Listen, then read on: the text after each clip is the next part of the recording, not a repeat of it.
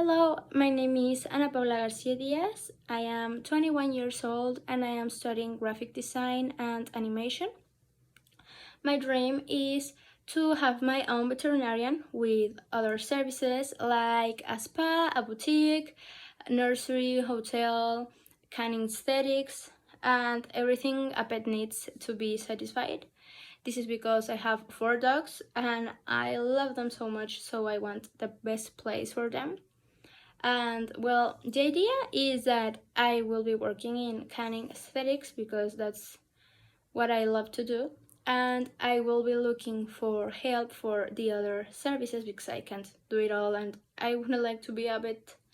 On the other hand, I have some abilities like dancing, swimming, play basketball, volleyball, tennis.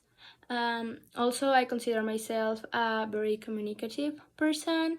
I like to listen to people, give them advice. I also can work in teams very well. And I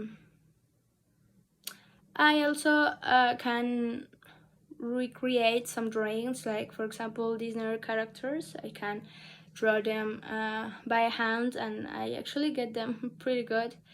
That's why I'm studying graphic design, because I love to create things or recreate things.